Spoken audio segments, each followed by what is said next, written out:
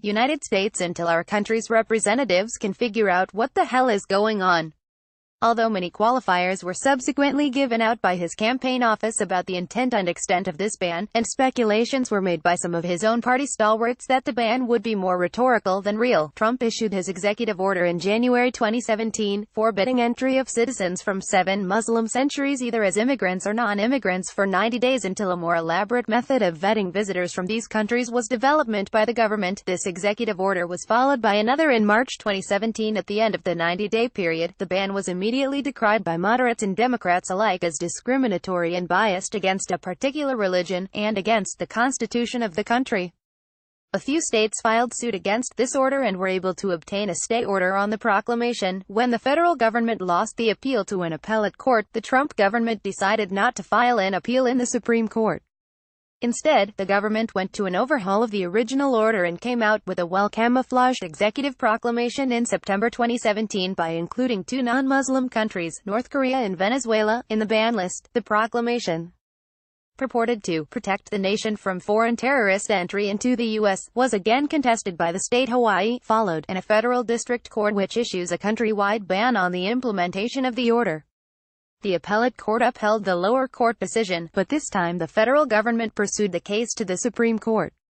The decision from the Supreme Court has taken nearly 6 months, but the general direction of the court toward favoring the proclamation was palpable from the time it stayed the decision by a lower court late last year, till the Supreme Court has had heard the government's arguments. The June decision is the final one in this travel ban saga.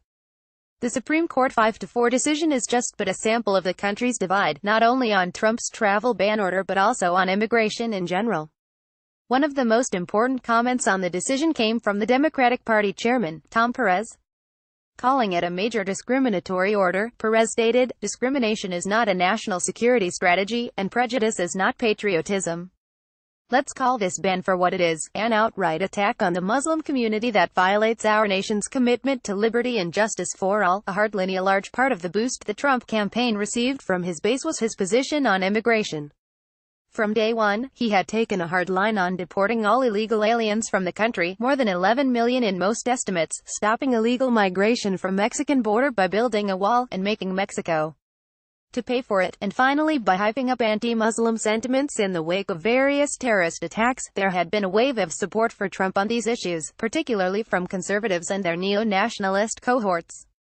Many argue this support is a major reason why Trump was able to snatch his victory in the last elections. It is ironic that Trump is riding on the shoulders of a group who are wedded to an ideology that Trump himself was not known for.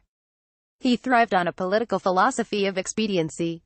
He was once a registered Democrat, and then for a time, he was independent in the sense that he contributed to political campaigns of both major parties, yet today, he is an icon of conservatism, because he is canvassing for their support. His recent defiance of G7 leaders, nixing of the Iran nuclear deal, and moving the U.S. Embassy to Jerusalem are acts of heroism for conservatives. Even though not an ideologue, Trump has embraced the conservative values of low taxation, less government, strict law enforcement, and decreased immigration. His recent acts of imposing tariff on trading partners with whom U.S. has deficits, bringing down tax rates, and visible attempts to shrink the government, have only increased his popularity in this base. Unfortunately, popularity is a fickle element in politics. A person can rise and fall with ebb and tide of popular politics.